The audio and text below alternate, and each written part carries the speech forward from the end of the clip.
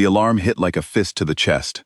I was halfway through a cold cup of coffee in the command deck corridor when every speaker on the ship screamed at once, a frequency I had never heard before, not in 12 years of service aboard the most dangerous vessel humanity had ever built. It was not one of ours. It was not a drill. It was something alien, something raw, and it tore through the communication array like a wounded animal, crying out in a language it did not choose. I dropped the cup and ran. By the time I reached the bridge, Lieutenant Sophie Grant already had the signal isolated on the main display. Her hands were shaking, not from fear but from adrenaline. She looked at me with wide eyes and said, "Commander Voss, it is a broad-spectrum distress pulse, unformatted, no target address. It hit every relay in the sector." "Origin?" I asked, sliding into my station. "Binary star system, catalog designation J1147, roughly 9 light-years out." She swallowed. "It is collapsing, sir. The whole system is folding in on itself." Captain Helen Carr stepped onto the bridge 6 seconds later. She did not ask what was happening. She looked at the signal data on the main screen, read the raw numbers, and I watched her jaw tighten the way it always did when lives were on the line. "Translation?" she asked. Ensign Colin Marsh was working the linguistics console, feeding the alien signal through every decoder we had. "Partial match," he said. "The language structure fits Valith communication patterns. I am getting fragments. Hull breach, reactor failure, navigation destroyed." He paused, and his voice dropped. "Younglings aboard. They have younglings aboard." The bridge went quiet. I had served with Captain Carr through 3 deep space emergencies, 2 hostile engagements, and the Korath Shelf rescue that still gave me nightmares. I had never seen her hesitate, and she did not hesitate now. She reached for the ship-wide channel and pressed it open. "All hands, this is the captain. Condition 1, full deployment. We have received a distress signal from a Valith research vessel trapped in a collapsing binary system. There are 16 confirmed life signs, including children. We launch in 4 minutes. This is not a drill." She released the channel and looked at me. "Elias, get the rescue teams ready. Full medical loadout. Atmospheric conversion pods. Xenobiology kits for Valith physiology." "We barely have a file on the Valith," I said. "Then we work with what we have." That was Captain Carr. No excuses, no delays. 16 strangers were going to die inside a collapsing star system, and she was going to drag them out of it whether the universe liked it or not. I need to explain something about our ship, because it matters.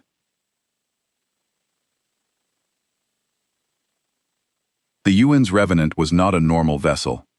It was a Leviathan-class deep space emergency response dreadnought, which is a very long way of saying it was the biggest, heaviest, most aggressively engineered ship in the United Earth Fleet. 3 kilometers long, 12 fusion reactors, hull plating rated for stellar proximity operations, meaning we could fly close enough to a star to feel its breath and survive. We carried enough firepower to crack a small moon, enough medical bays to treat a city, and enough supplies to sustain 4,000 crew members for 18 months without resupply. Other species had a name for ships like ours. They called them Extinction Class. They meant it as a warning. We called it a rescue ship. The galaxy had opinions about humanity. I had read the diplomatic files, the alien intelligence assessments, the polite warnings that other civilizations shared among themselves when they thought we were not listening. Humans were classified as a Class 12 Deathworld species, the highest rating on the galactic danger scale. Our homeworld was a nightmare by their standards. Heavy gravity, extreme weather, predators on every continent, radiation levels that most species considered lethal, tectonic instability, oceans full of things with teeth. We had survived all of it, not by being careful, not by being gentle. We survived because we were stubborn, adaptable, and absolutely unwilling to die quietly. We built civilizations in earthquake zones. We crossed oceans in wooden boats. We split the atom, walked on our moon, and then looked at the rest of the universe and said, "What else is out there?" The galaxy saw our ships and saw weapons. They saw our soldiers and saw predators. They saw our history and saw a species that had spent 10,000 years perfecting the art of war. They were not entirely wrong, but they were missing the point. The Revenant undocked from Bastion Station. At 03:47 hours. I watched through the forward observation port as the docking clamps released and our ship pulled away, and I felt the familiar deep vibration in my bones as the fusion drives began to spool.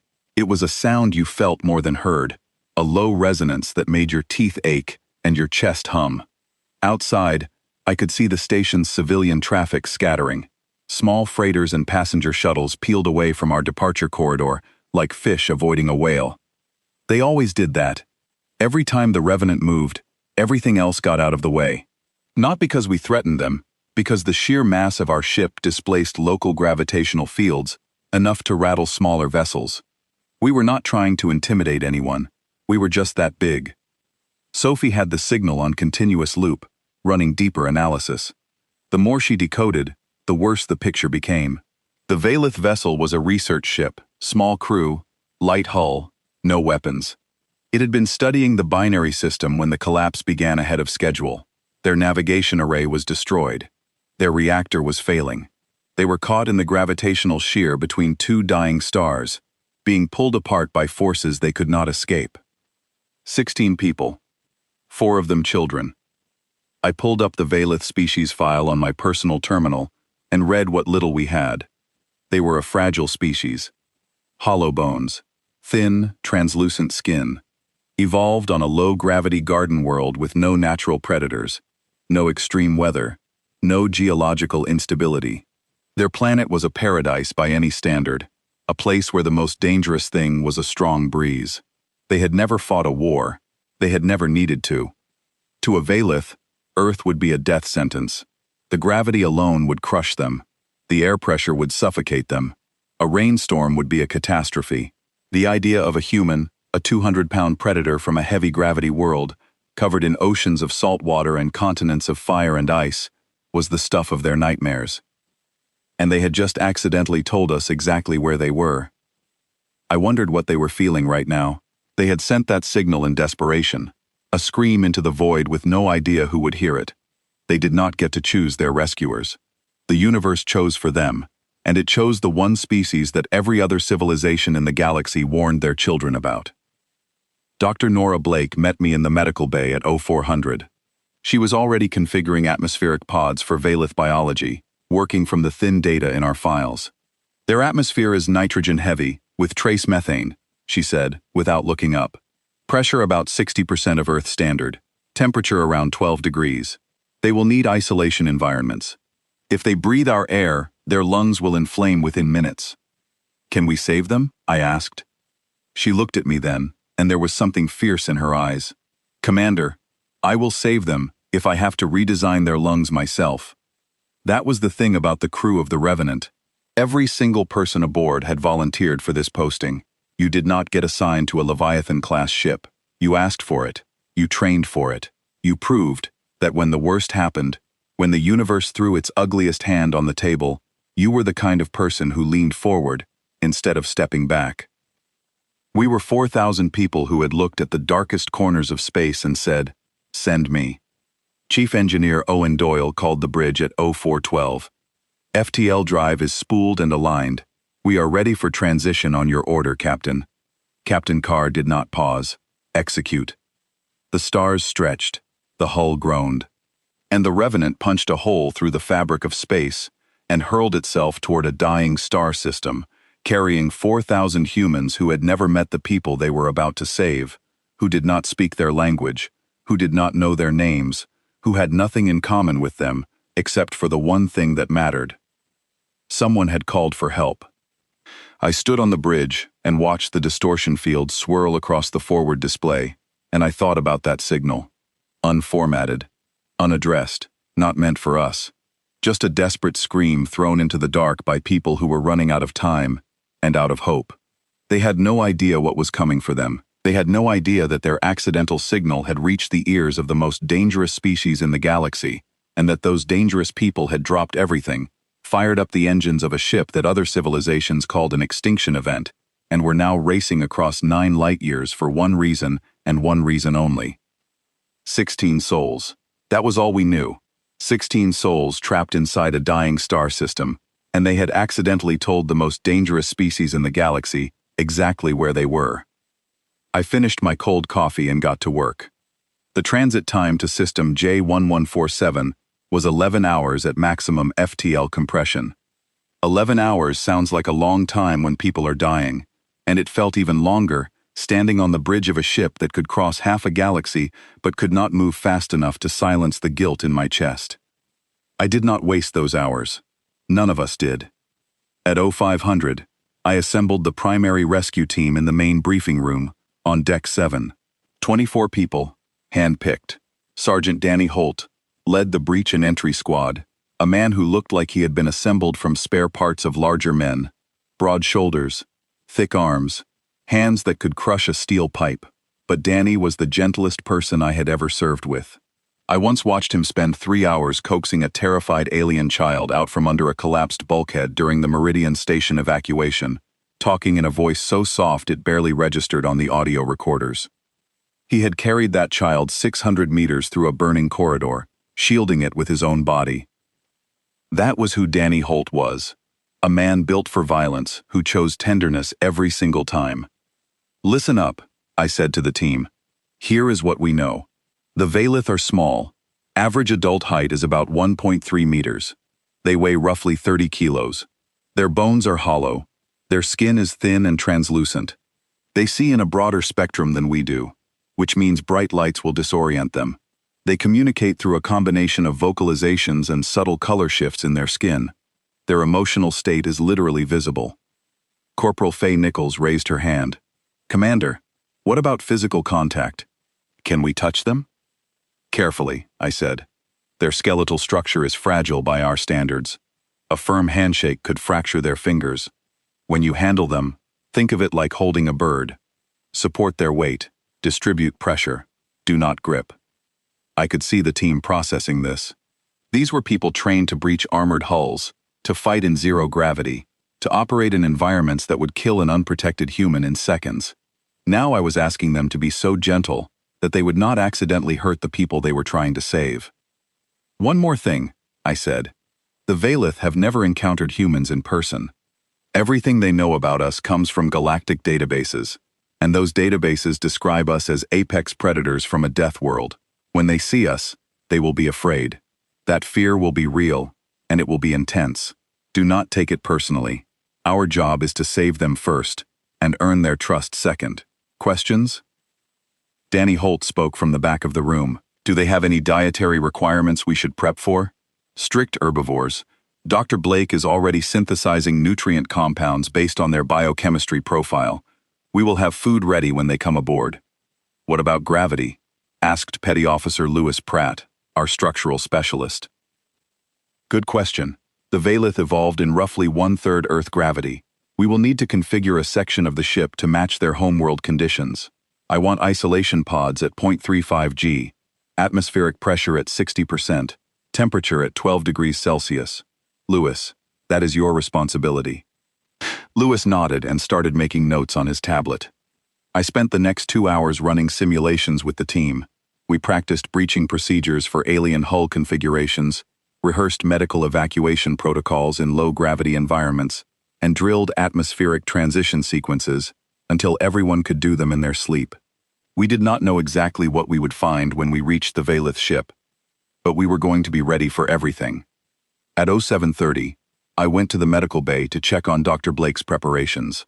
What I found stopped me in the doorway. She had transformed the entire forward medical section into a Valith-compatible environment. The lights were dimmed to a soft amber that matched the Valith visual spectrum. The air was cooler, thinner, with a faint chemical tinge that I later learned was synthetic methane at trace concentrations. 11 isolation pods were arranged in a careful pattern, each one calibrated for Valith biology. But what caught my eye were the details. She had lined each pod with a material that mimicked the texture of Valith nesting fabric, based on a single image from a xenoanthropology database. She had programmed the ambient sound generators to play low-frequency tones that corresponded to Valith comfort frequencies. "They are going to be terrified," she said when she noticed me. "They will be hurt, disoriented, and surrounded by the one species the galaxy told them to avoid." I cannot fix the terror, but I can make sure that when they wake up in our care, the first things they feel are warmth and safety. I looked at those pods, at the hours of work she had put into making them feel like home for a species she had never met, and I felt something tighten in my throat. "It is good work, Nora," I said. "It is not finished," she replied, already turning back to her console. "I still need to calibrate the pain management protocols. Valith neurology is different from ours. Standard analgesics could shut down their respiratory system. I am building a custom compound from scratch." That was Nora Blake. She had 3 hours to invent a new medicine for a species whose biology she was learning in real time, and she said it like she was describing her morning routine. At 0900, I returned to the bridge.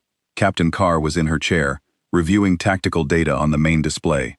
She gestured me over without looking up. "We have a problem," she said quietly. I leaned in and looked at the screen. Long-range sensors had been passively scanning the J-147 system throughout our transit, building a picture of what we were flying into. The collapsing binary was bad enough, 2 stars in the final stages of gravitational merger, throwing off plasma arcs and radiation bursts that would fry an unshielded ship in minutes. The Valith vessel was right in the middle of it, caught in a gravitational well between the 2 stars like a leaf in a whirlpool. But that was not the problem Captain Carr was pointing at. There were 6 additional signatures in the system. Ships. They were holding position in a loose formation around the Valith vessel, close enough to monitor, but far enough to avoid the worst of the stellar radiation. They were powered. They were armed. "Dreth Dominion," Sophie said from her station. Signal profiles match their Raider-class vessels. 6 ships, light armament, fast engines. I felt my stomach drop. The Dreth were scavengers. Every spacefaring civilization knew about them. They monitored distress frequencies the way predators watched watering holes, waiting for the weak, the damaged, the desperate. When they found a disabled ship, they moved in. They stripped it for technology, for cargo, for anything of value. And sometimes, when the species was useful enough, they took the crew too. The slave trade in the outer systems was not something polite galactic society liked to talk about. But it existed, and the Dreth were its backbone. "How long have they been there?" I asked. "Based on their orbital positions, at least 6 hours," Colin said from the sensor station. "They arrived before us. They heard the same signal." Captain Carr's voice was calm, but I could hear the steel underneath. "They are waiting for the stellar radiation to weaken the Valith shields. Once the shields fail, they will breach the hull and take what they want, including the crew. Including the children," I said. She looked at me. Her eyes were the color of dark iron, and in that moment, they were absolutely cold. "Including the children. I have served with many commanding officers in my career. Some were brilliant tacticians, some were inspiring leaders, some were careful diplomats. Captain Helen Carr was all of those things. But what made her different was simpler than that. She was incapable of leaving people behind. It was not a policy for her. It was not a professional standard. It was something deeper, something wired into the core of who she was. The idea that someone could be in danger, that children could be in danger, and that she might choose not to act. That concept simply did not exist in her mind. "Weapons status?" she asked. "Standing by," Sophie confirmed. "Move to hot standby. All batteries. I want firing solutions on those 6 ships before we drop out of FTL." "Understood." Captain Carr opened a channel to Chief Engineer Doyle. "Owen, I need the forward shields rated for stellar proximity operations. We are going to be close to those stars." "How close?" Doyle asked. "Close enough to reach the Valith ship." There was a brief pause. "Understood, Captain. I will reinforce the thermal plating on the forward hull. We will hold." She closed the channel and turned to me again. "Elias, I want the rescue teams in full hard suits and staged in the docking bay 30 minutes before arrival. If the Dreth have already breached the Valith ship by the time we get there, we go in hot. And if they have not, then we give them one chance to leave." I nodded. 1 chance. That was more than the Dreth usually gave their victims. I left the bridge and headed for the armory. On my way, I passed through the crew quarters on Deck 4. and I saw something that reminded me why I loved this ship and these people. In the common area, a group of off-duty crew members had gathered around a portable display, studying Veilith language patterns.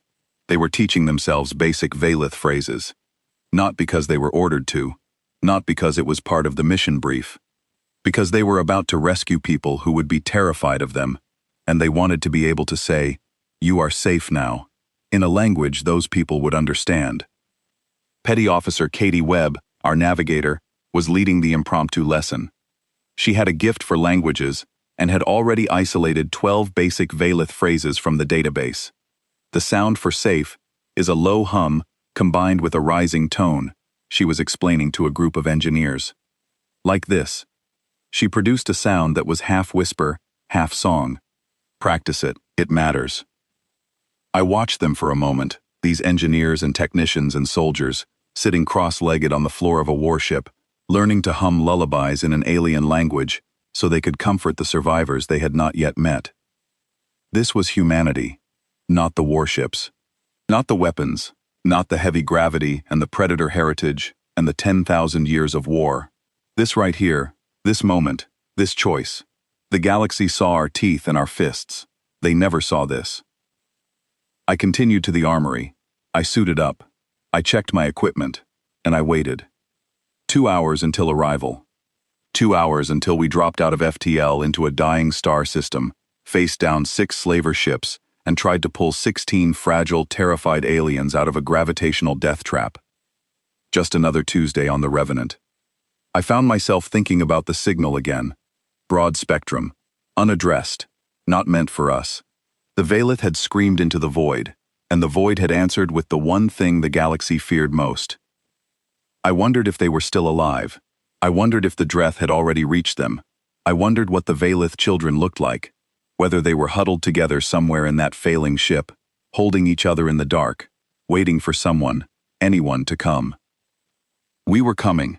We were coming with everything we had, with a ship that other civilizations called an extinction event, with a crew that had learned to say, "You are safe," in a language they had never spoken, with a captain who would fly into the mouth of a collapsing star before she let a child die alone in the dark.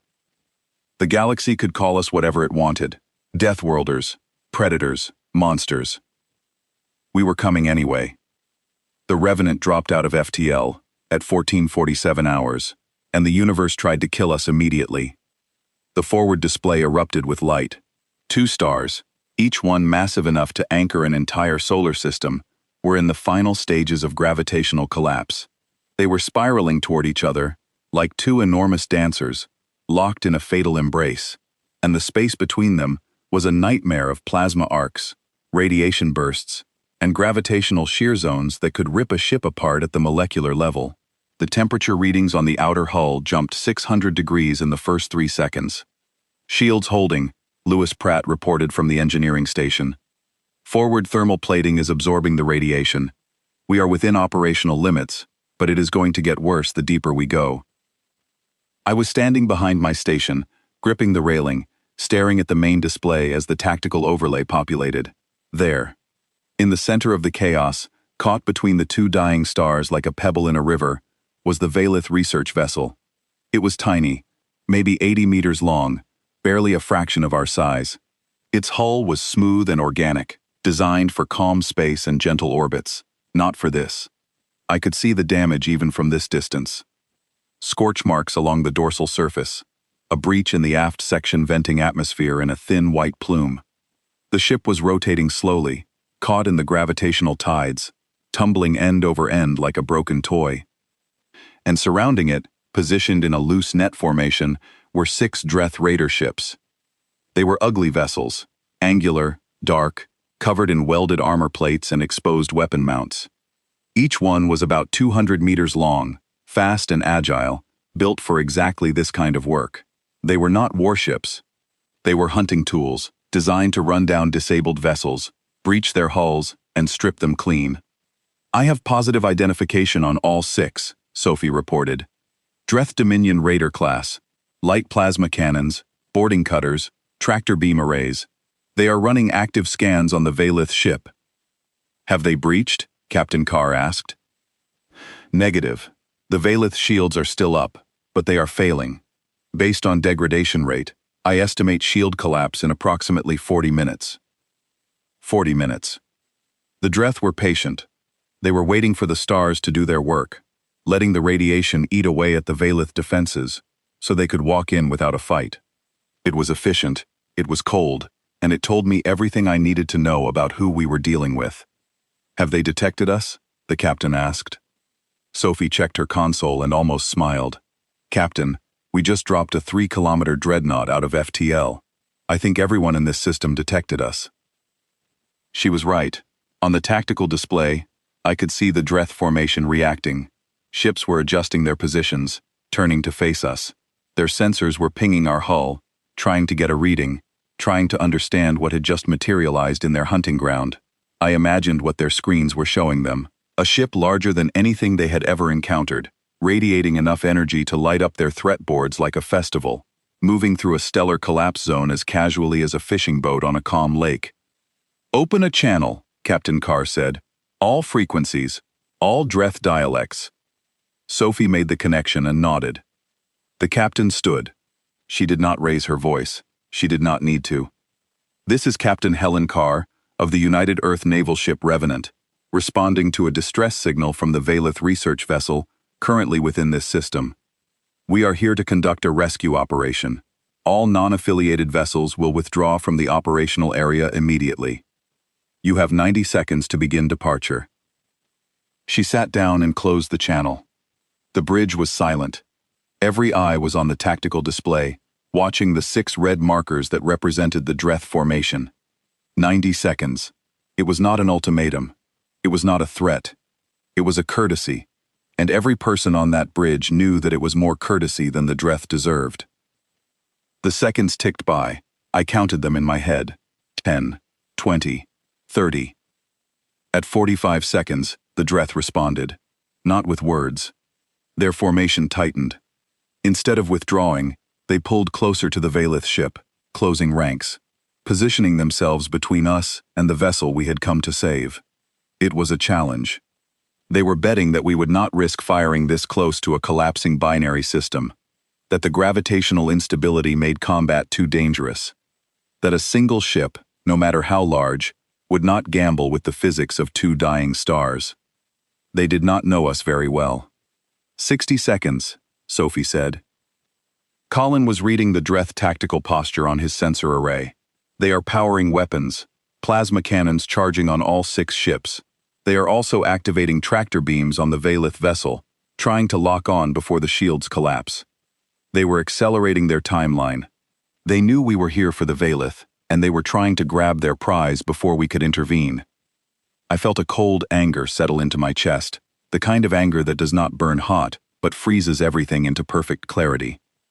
75 seconds, Sophie said. Captain Carr looked at me. Commander Voss, weapon status. All batteries hot. EMP lances charged and targeted. Firing solutions locked on all 6 vessels. 90 seconds, Sophie said. The Dreth did not move. Captain Carr closed her eyes for exactly 1 second. When she opened them, they were steady. Weapons free. What happened next took 38 seconds. I know, because I reviewed the combat log afterward, and that number still amazes me. 38 seconds, to dismantle 6 armed vessels without killing a single person aboard them. The Revenant did not use its main guns. It did not fire plasma. It did not launch kinetic projectiles. We used the EMP lances, precision electromagnetic pulse weapons designed to overload and disable electronic systems without destroying the physical structure of the target. They were surgical tools, not sledgehammers.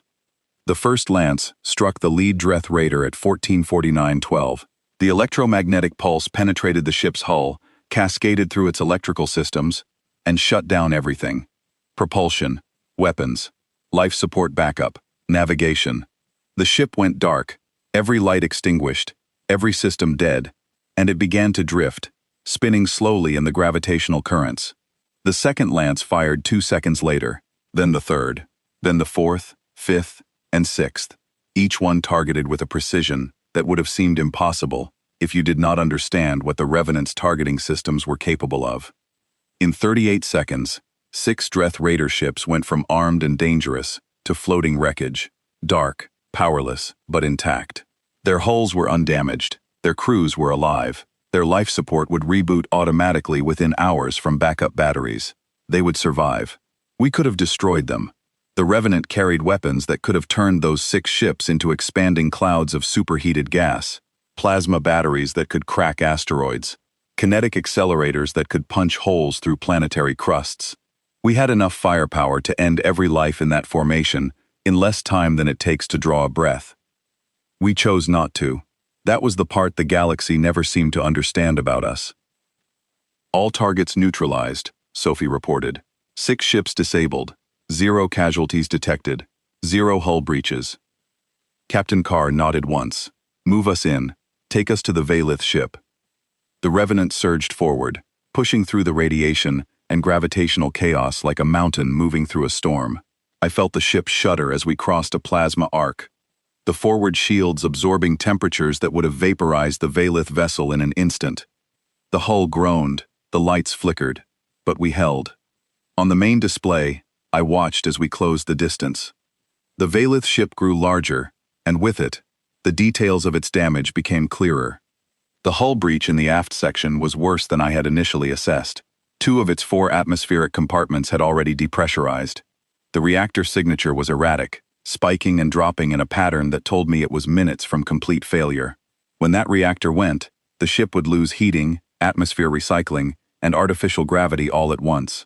The people inside would freeze, suffocate, or be crushed, depending on which system failed first. 16 life signs confirmed, Colin said. 12 clustered in the forward section. 4 in what appears to be an interior compartment, probably a cargo bay or shelter room. Vital signs are weak but present. The 4 in the interior, I said. Those are the children. Colin checked his readings and nodded, consistent with juvenile Valith biosignatures. Smaller mass, higher metabolic rate. I grabbed the railing and turned to the captain. Request permission to lead the boarding team. Granted. Get them out, Elias. All of them. I was moving before she finished the sentence. I hit the corridor at a run, my boots hammering the deck plating, and opened the team channel on my communicator. Rescue team, this is Voss. Suit up and stage in Docking Bay 1. We are going in. By the time I reached the bay, Danny Holt and Faye Nichols were already in their hard suits, running final checks on their equipment. The rest of the team was close behind. 24 people, each one carrying enough gear to set up a field hospital, breach a sealed hull, and sustain alien life forms in a hostile environment. We had atmospheric converters, emergency shelter pods, medical kits customized for Valith biology, cutting tools, sealing foam, portable gravity generators, and enough ration packs to feed 40 people for a week. Listen up, I said as the team assembled. The Valith ship is in critical condition. We have maybe 20 minutes before the reactor fails completely. Once it goes, we lose everything. Atmosphere, heat, gravity. Our priority is extraction. Get to the survivors, stabilize them, and bring them across to our ship. Danny, your squad takes the forward section, where the main cluster of survivors is located. Faye, you are with me. We are going for the children in the interior compartment. Danny nodded, his face visible through his helmet visor. Calm, focused, ready. One more thing, I said. Remember what we discussed. These people will be afraid of us. Not just because of the situation, because of what we are. Move slowly when you can. Keep your voices low. If they resist, do not force them. Talk to them. Use the Valith phrases Katie taught us. Let them see that we are here to help. I sealed my helmet, felt the hard suit pressurize around me, and walked to the docking bay airlock. Through the reinforced window, I could see the Valith ship growing closer as the Revenant maneuvered alongside it. Our docking clamps extended, massive mechanical arms that could grip any hull configuration, and I felt the vibration as they made contact. Hard seal confirmed, Lewis reported over the engineering channel. Pressure differential is significant. Their ship is at about 40% standard atmosphere. I am deploying an adaptive airlock to equalize. The airlock cycled. The outer door opened, and I stepped across the threshold into someone else's nightmare. The first thing I noticed was the cold. The Valith ship's interior was freezing, well below zero, and my hardsuit's heating system kicked in immediately. The second thing I noticed was the smell, or rather, the data my suit's atmospheric sensors fed to my helmet display. The air was thin, laced with methane and carbon dioxide in concentrations that would have made me dizzy in minutes without the suit. The third thing I noticed was how dark it was. The ship's power was failing, and the only light came from emergency strips along the floor, casting a dim blue glow that made everything look underwater. "Forward team, move," I ordered. Danny and his 12 took the main corridor toward the front of the ship, moving quickly but carefully, their boots making almost no sound on the smooth alien deck. Faye and I, with our team of 10, turned inward, heading deeper into the ship toward the interior compartment where the children's biosignatures were located. The corridors were narrow and curved, designed for a smaller species, and I had to duck at several points to avoid hitting my helmet on the ceiling. The walls were made of something organic, a material that looked grown rather than manufactured, and it was cracking. Stress fractures ran along every surface, evidence of the gravitational forces that were slowly tearing the ship apart. We moved fast. Every second counted. The first Valeth we encountered was not one of the children. It was an adult, slumped against the wall of a side corridor, barely conscious. It was small, smaller than I had expected even from the briefing data, maybe 1.25 meters tall. Its skin was pale and translucent, and I could see the faint blue lines of its circulatory system beneath the surface. Its eyes were enormous, dark, and filled with a terror so raw that it hit me like a physical force. It saw me and screamed. Not loud. The Valeth vocal range was higher and softer than a human's, but the fear in that sound was unmistakable in any language. I stopped. I knelt down slowly, making myself smaller. I raised my hands, palms out, fingers spread. I kept my movements deliberate, visible, unthreatening. Then I opened my helmet visor so it could see my face. I did not smile. The briefing had warned us that showing teeth was an aggression display for most prey species.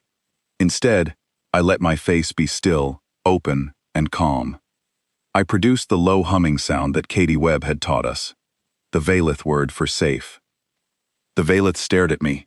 Its skin was shifting colors, cycling through shades of gray and pale violet that I knew from the database represented extreme fear and confusion. It did not move. It did not look away. "Faye," I said quietly. "Medical kit, slowly." Faye knelt beside me and opened the kit. She pulled out a Valeth-compatible oxygen supplement and held it up where the alien could see it.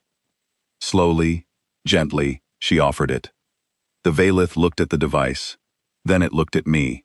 Then it looked at the device again, and with a trembling hand that had only 3 long, delicate fingers, it reached out and took it. That was the moment. That was always the moment. The instant when fear met need, and need won. "Can you walk?" I asked, knowing it could not understand me but hoping the tone would translate. I gestured toward the direction we had come from, toward the Revenant's docking connection.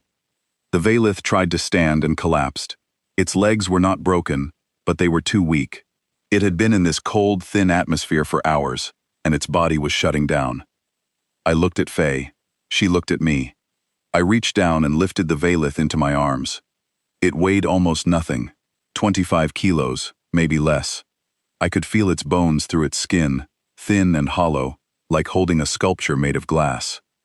It stiffened when I picked it up, every muscle rigid with terror.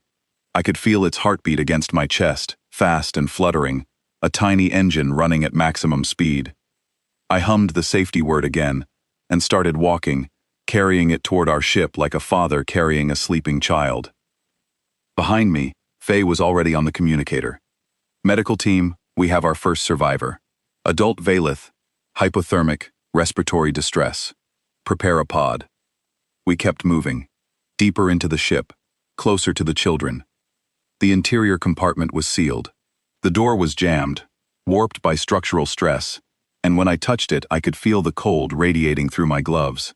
Behind that door were 4 Valeth children, and my sensors told me their life signs were getting weaker. "Cutting tool," I said. Faye handed me the plasma cutter, and I went to work on the door. I cut carefully, precisely, aware that on the other side of this metal were 4 small bodies that could be inches from the cut line.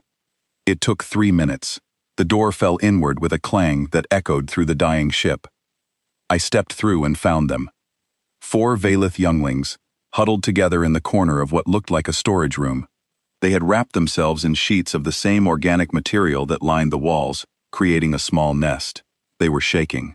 Their enormous eyes reflected my helmet light back at me, 4 pairs of dark mirrors staring at the largest, most terrifying thing they had ever seen in their short lives. I knelt down. I set down the plasma cutter. I removed my helmet entirely, letting them see my face, my eyes, the fact that I was alive and real, and not a monster from their nightmares. The smallest one made a sound. It was quiet, barely audible, a high-pitched keening that my translator could not parse, but that my heart understood perfectly. It was calling for its mother. I held out my hands, palms up, and I hummed the word for safe, and I waited. Danny Holt's voice came through my earpiece, while I was still kneeling in front of those 4 shaking children. "Commander, forward section is secured. We have 12 survivors, 9 adults, 3 adolescents, all alive. Injuries ranging from moderate to severe, but no one is critical yet. We are moving them to the Revenant now." "Copy," I said, keeping my voice low. "Good work, Danny." The smallest Valith youngling had not stopped keening. The sound was thin, fragile, like a wire vibrating in a wind, and it cut through me deeper than any alarm. The other 3 were pressed against the wall, their translucent skin cycling through colors I could not fully interpret, shades of deep gray and pulsing indigo that the xenobiology database associated with extreme distress. They were watching me with those enormous dark eyes, and I could see their bodies trembling beneath the sheets they had wrapped around themselves. I did not move. I stayed on one knee, hands open, breathing slowly, making myself as small and as still as a 200-pound human can manage. Faye was behind me in the doorway, silent, letting me work. "My name is Elias," I said softly, knowing the words meant nothing to them but hoping the tone would carry. "I came a very long way to find you. I am not going to hurt you. I am going to take you somewhere warm, somewhere safe." I hummed the word again. Safe. The low, rising tone that Katie Webb had extracted from the Valith database. I hummed it slowly, steadily, letting it fill the small, cold room like a blanket of sound. The second smallest youngling moved first. It uncurled from the huddle, just slightly, and tilted its head. Its skin shifted from deep gray to a lighter shade, still fearful but curious. It looked at my hands. It looked at my face. Then it looked at the first youngling, the one that was keening, and made a sound I could only describe as reassuring. A soft chirping pattern that seemed to say, "Wait, look, this is different." I held perfectly still. The curious one crept forward. 1 step. 2. Its bare feet made no sound on the floor. It stopped about an arm's length from me and raised 1 trembling hand, 3 long fingers extended, reaching toward my face. I did not flinch. I did not breathe. Its fingertips touched my cheek. I felt the contact, light as a leaf landing, cool against my skin. It explored the texture of my face, the roughness of my jaw, the warmth radiating from my body.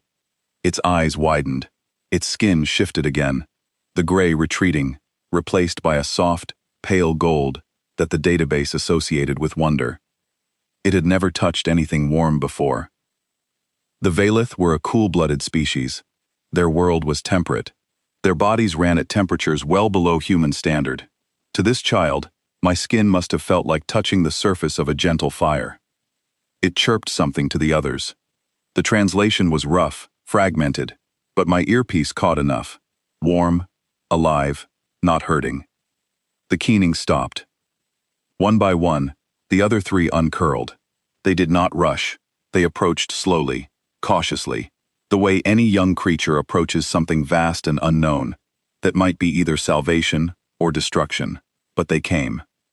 Faye moved up beside me and began deploying thermal wraps from the medical kit, thin insulating blankets designed to stabilize Valith body temperature. She wrapped each youngling carefully, handling them the way you handle something irreplaceable, with hands that were trained to breach armored doors but chose in this moment to be the softest things in the universe. "We need to move," I said. "The reactor is going to fail any minute."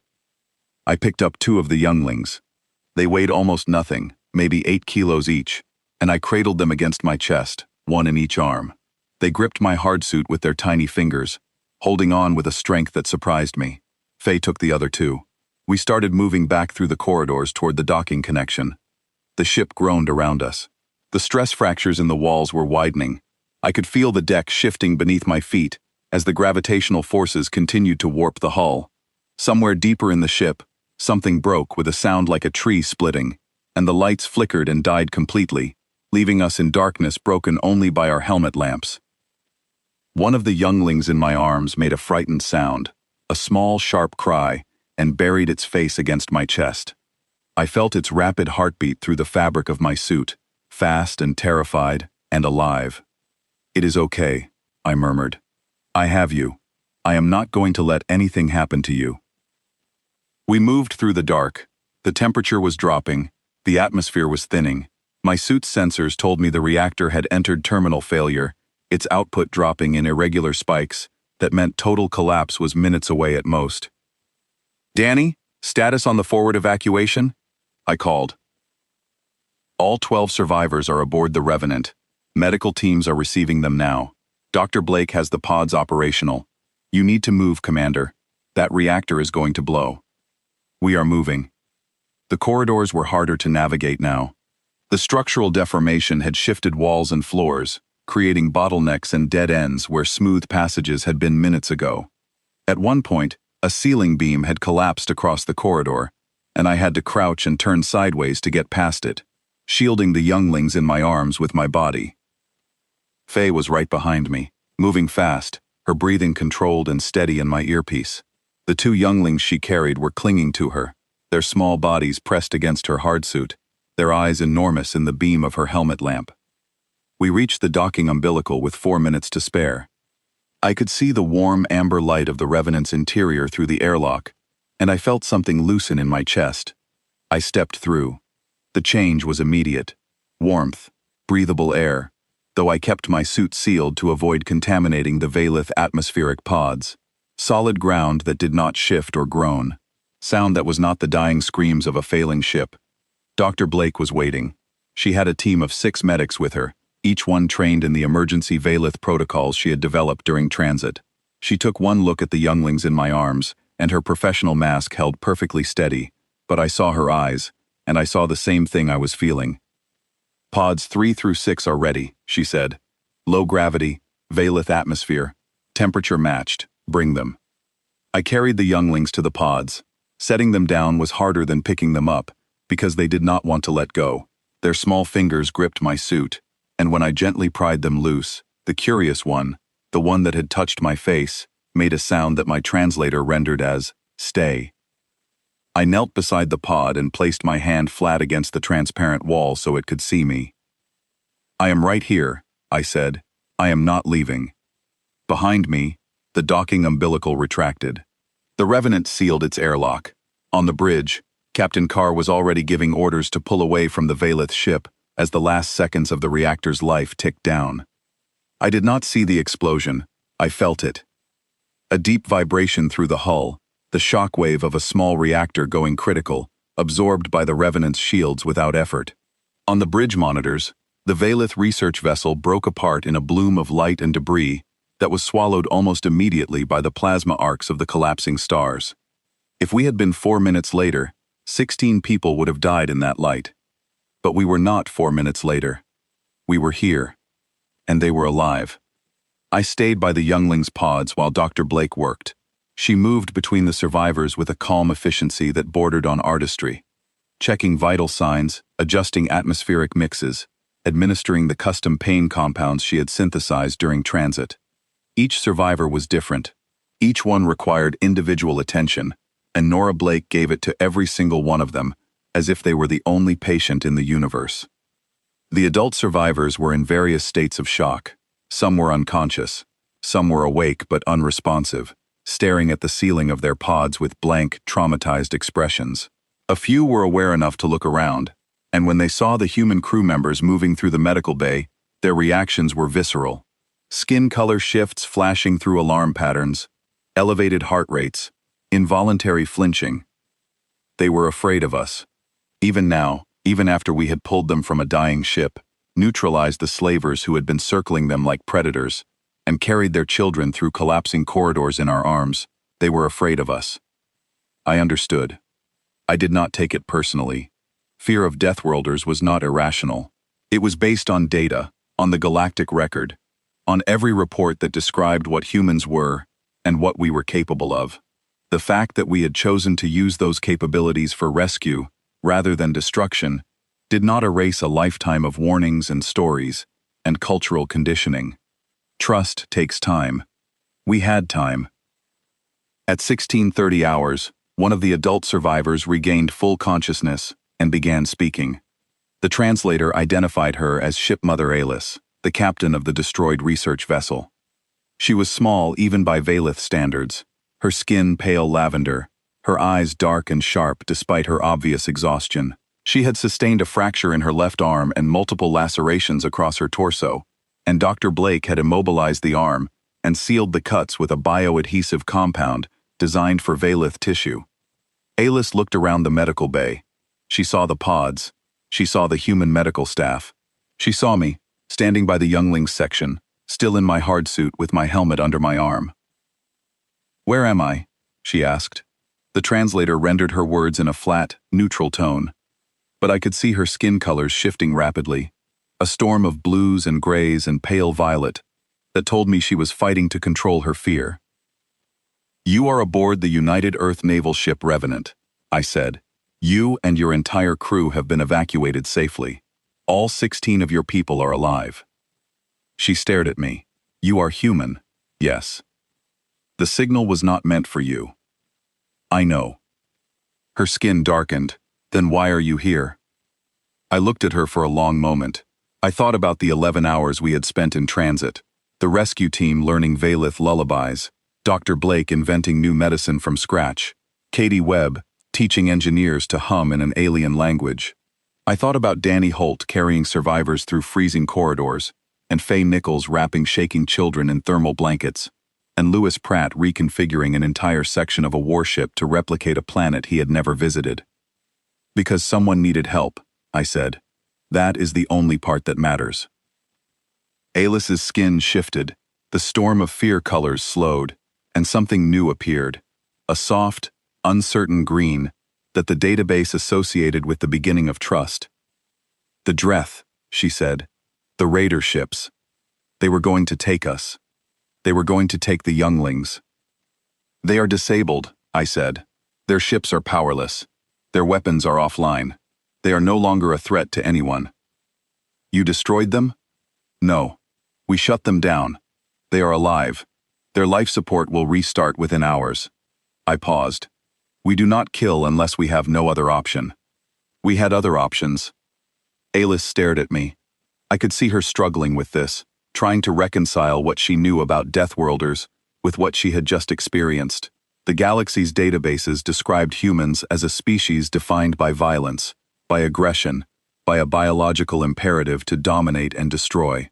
And here was a human standing in front of her, telling her that the most powerful warship in this system had used the minimum necessary force to neutralize a threat, and then turned every resource it had towards saving her people.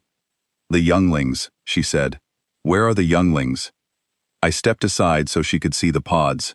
All 4 children were inside, wrapped in thermal blankets, breathing Valith atmosphere, resting in low gravity.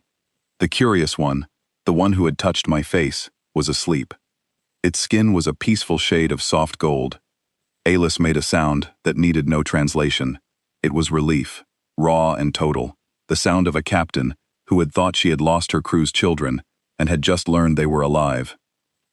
"We carried them out," I said. "All of them." She looked at me again, and this time the fear was gone from her skin. In its place was that soft green, spreading, deepening. "I did not think Deathworlders could be gentle," she said.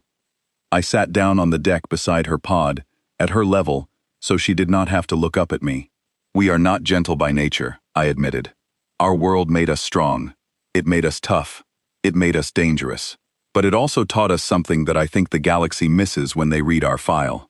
It taught us that life is fragile, that the things that matter most can break if you are not careful. We learned to fight because we had to, We learned to be gentle because we chose to. Alice was quiet for a long time. Her skin held steady on that green, and I could see her processing, recalibrating, adjusting the framework through which she understood the universe. My government will send a formal communication, she said finally. There will be protocols, classifications, diplomatic language. I am sure there will be. But I want you to know something that no protocol will capture. She looked at me with those dark, ancient eyes. You came when no one else would. You came armed for war and chose mercy. You carried our children in your arms while our ship died behind you. I will remember this. My people will remember this. I nodded. That is enough. Behind me, I heard a sound that made me turn. Danny Holt was walking through the medical bay and perched on his broad shoulders, clinging to the collar of his uniform with those tiny three-fingered hands, was one of the Valith adolescents. It had refused to be put in a pod, and instead had attached itself to Danny with a grip that nothing short of surgery was going to break. Danny was walking slowly, carefully, his massive frame moving with the exaggerated caution of a man who was intensely aware of the fragile life riding on his shoulders. He saw me watching and shrugged, a motion so slight it barely disturbed his passenger. It would not let go, he said. I looked at Alice. Her skin was shifting again, but this time, the color was something I had not seen before. A warm, rich amber that spread across her entire visible surface. I did not need the database to tell me what it meant. I could see it in her eyes. It was gratitude, and it was the beginning of something the galaxy had never thought possible, between a Deathworld species and a people who feared the dark. It was the beginning of understanding. 48 hours after the rescue, I stood alone on the observation deck of the Revenant and watched the stars. The collapsing binary system was behind us now, a distant smear of light on the rear displays that would eventually become a single new star, or a black hole, or just a cloud of cooling gas. It did not matter what it became. What mattered was what it had almost consumed. The ship was quiet, not silent, because a vessel carrying 4,000 people and 16 guests was never truly silent, but quiet in the way that follows a crisis. The adrenaline had faded. The emergency protocols had been stood down. The crew was cycling through rest rotations, sleeping off the exhaustion that rescue operations always leave behind. But I could not sleep. I kept thinking about the moment in that storage room, kneeling in the dark, looking into the eyes of 4 alien children who had never seen a human before and had every reason to be terrified of me. I kept thinking about the way the curious one had reached out and touched my face, and the way its skin had shifted from gray to gold. I kept thinking about shipmother Alice, lying in a medical pod on a Deathworlders warship, saying words that no diplomatic protocol would ever capture. You came when no one else would. The observation deck door opened behind me, and I did not need to turn around to know who it was. Captain Carr had a specific way of entering a room, unhurried, deliberate, as if she was giving you the courtesy of knowing she was there before she spoke. She stood beside me and looked at the stars.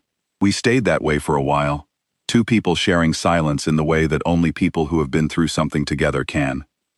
Alice is awake again, she said finally. She is asking to speak with you. About what? She has questions. About Earth, about us, about why we are the way we are. I nodded. I will go see her. Elias. She turned to face me. In the soft light of the observation deck, her face was calm but serious. What we did today, the rescue, the engagement with the Dreth, all of it, it is going to send ripples through the galactic community. The Valith will report what happened. The Dreth will complain. Other species will have opinions. Some of them will be afraid of us, more afraid than they already are. I know. Are you comfortable with that? I thought about it. I am comfortable with 16 people being alive who would otherwise be dead. Everything else is politics. She smiled. It was small, brief, and it disappeared almost as quickly as it appeared, but it was real. Go talk to her. I found Alice in the medical bay. Dr. Blake had moved her to a larger pod with a viewing panel that looked out into the corridor, so she could see the activity of the ship around her. The other Valith survivors were resting in nearby pods. Some were sleeping. Others were awake, watching the human crew members move through the bay with expressions that had shifted from terror to cautious observation over the past 2 days. The 4 younglings were in an adjacent section that Lewis Pratt had configured into a Valith-compatible living space. Low gravity, cool atmosphere, dim amber lighting, and in that space, something remarkable was happening. Danny Holt was sitting cross-legged on the floor, surrounded by all 4 younglings, teaching them to play a game with small colored blocks he had fabricated in the machine shop. His enormous hands moved the blocks with a precision that should have been impossible for fingers that thick, placing each one carefully, demonstrating the pattern, then watching with visible delight as the younglings tried to replicate it. They were chirping and clicking and shifting colors in patterns that even I could recognize as excitement. The curious one, the one who had touched my face, was sitting in Danny's lap. It had not left his side in 36 hours. I watched for a moment, then moved on to Alice's pod. She was sitting up, which was a good sign. Her fractured arm was healing under Dr. Blake's compound, and her color had improved significantly. The fearful grays and violets were gone, replaced by a baseline lavender with undertones of that warm amber I had seen before. "Commander Voss," she said as I approached. "Shipmother Alice, how are you feeling?" "Confused," she said, and there was a directness in her voice that I appreciated. "I have spent my entire life studying the universe. I hold degrees in astrophysics and xenobiology. I have read every major xenological study on Deathworld species ever published, and nothing in any of those studies prepared me for this." I sat down beside her pod, on the same section of deck where I had sat 2 days ago. "What specifically confuses you?" She gestured at the observation panel, at the corridor beyond where human crew members were walking past, going about their duties. "This ship, your ship, it is a weapon. I have seen its specifications now. Your Dr. Blake was kind enough to let me access non-classified technical data. This vessel carries enough destructive force to threaten a small planet. Its armor is designed to withstand attacks that would destroy any ship in the Valith fleet. It is, by any objective measure, one of the most dangerous objects in this region of the galaxy." "That is accurate," I said. "And yet," she paused, gathering her words, "and yet, everything your crew has done has been oriented toward preservation. Your doctor invented new medicine for us. Your engineer reconfigured a section of this ship to feel like our homeworld. Your soldier is on the floor playing with our children. The contradiction is beyond my training to resolve." I leaned back and thought about how to answer. This was not a question I could address with facts and figures. It required something more personal. "Let me tell you about Earth," I said. "About the real Earth, not the one in your databases." She tilted her head, attentive. "Your files will tell you that Earth is a Class 12 death world. Heavy gravity, extreme weather, predators, diseases, geological instability, radiation. All of that is true, every word of it. Our planet is, by galactic standards, one of the most hostile environments capable of producing intelligent life. We grew up surrounded by things that could kill us. We evolved to survive in a world that was constantly trying to end us. This is consistent with the literature," Alice said carefully. "But here is what the literature leaves out." I looked at her. "We did not survive alone. No human ever has. We survived because we protected each other. When the earthquakes came, we pulled each other out of the rubble. When the floods rose, we carried each other to high ground. When the predators attacked, we stood between them and our families. Every survival instinct we have, every tool we built, every weapon we forged, it started with the same impulse. Protect the people next to you." Alice's skin was shifting slowly, the amber deepening. "The reason we build ships like this," I continued, gesturing around us, "is not because we love destruction. It is because we understand it. We know exactly how fragile life is. We know how fast it can be taken away. And we decided, a long time ago, that we would build whatever we had to build, and go wherever we had to go, to make sure that when someone was in danger, when someone was screaming for help into the void, there would be someone strong enough and stubborn enough to answer." I paused. "Your signal was not meant for us. We know that. You did not choose us. But we chose to come. Because that signal said someone needed help, and that is the only thing we have ever needed to hear." Alice was quiet for a long time. The ambient sounds of the medical bay filled the silence, the soft hum of the atmospheric systems, the quiet beeping of monitoring equipment, the distant sound of Danny Holt laughing as a youngling apparently beat him at the block game. "On Valith," she said finally, "we have a concept that does not translate well into your language. The closest approximation would be a being of contradiction. It refers to something that holds two opposing truths simultaneously, without one destroying the other.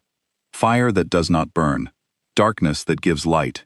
It is considered one of the highest philosophical concepts in our culture, a state that most beings can aspire to but never achieve." She looked at me with those dark, steady eyes. "Your species is a being of contradiction. You are the most dangerous civilization the galaxy has encountered. And you are also, as far as I can determine, the most compassionate. Those two things should not coexist, and yet they do. In your ship, in your crew, in you." I did not know what to say to that. So I just sat with it, let the words settle, and accepted them as what they were. The first genuine attempt by a Valith to understand humanity, not as a threat, but as something far more complex. "My government will send a formal communication," she said, repeating what she had told me 2 days ago. "It arrived while you were on the observation deck. And it is very formal, very cautious. It thanks the United Earth government for the rescue, and notes that the Valith Concord has no existing diplomatic framework for engagement with Class 12 Deathworld civilizations. It requests a period of review and assessment before any further contact is initiated." It is exactly the kind of message that my government's institutional caution would produce. I nodded. "That is understandable. We are a lot to process." "It is understandable," she agreed, "but it is not the last word." She reached for a personal communicator beside her pod. I sent my own message. "To the Valith Concord's public record. Every citizen of our civilization will be able to read it." "What did you say?" She held the communicator up and pressed a control. The translator processed the Valith text and rendered it in English, and I heard the words in the flat mechanical tone of the translation system, but beneath them, I could feel the weight of what she was saying. "To the citizens of the Valith Concord, I am Shipmother Alice, of the research vessel Gentle Current, which was lost in the collapse of System J1147. My crew and I, including 4 younglings, were rescued from certain death by a human vessel that received our distress signal. This signal was not directed to them. They had no obligation to respond. They responded anyway. They traveled 9 light-years in 11 hours. They neutralized a Dreth slaver formation without taking a single life. They boarded our failing ship and carried our children to safety in their arms. They built a home for us inside their warship and invented medicine for our bodies and learned words in our language so they could tell us we were safe.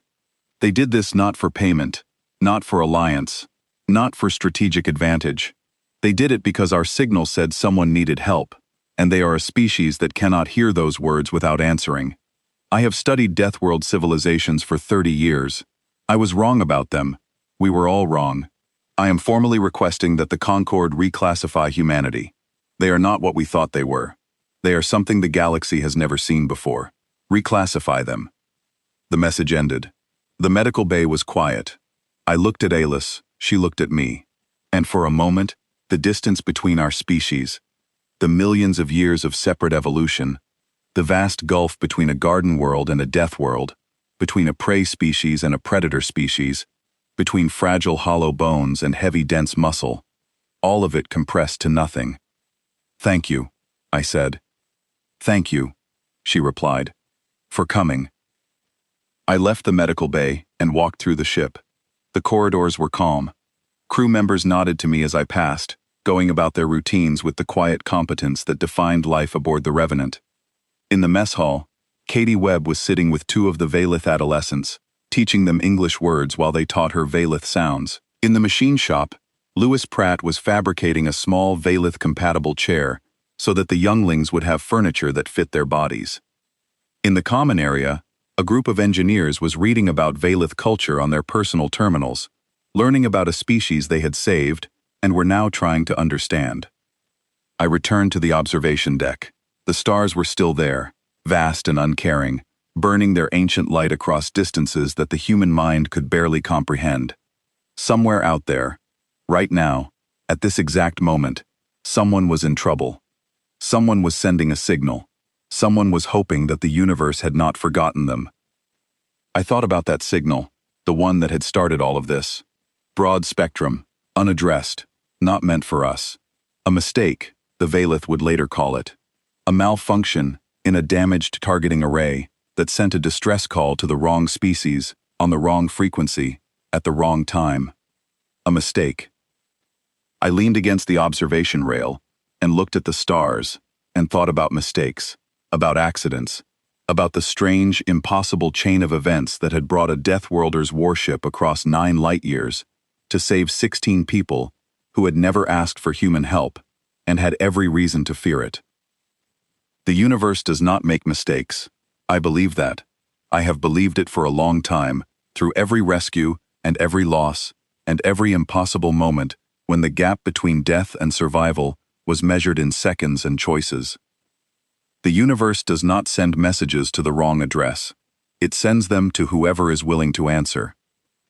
Somewhere behind me, in the medical bay, a Valith child with skin the color of gold was sleeping in a pod on a human warship, dreaming whatever Valith children dream of, alive and warm and safe, because a species it had been taught to fear had crossed the space between stars to hold it in the dark.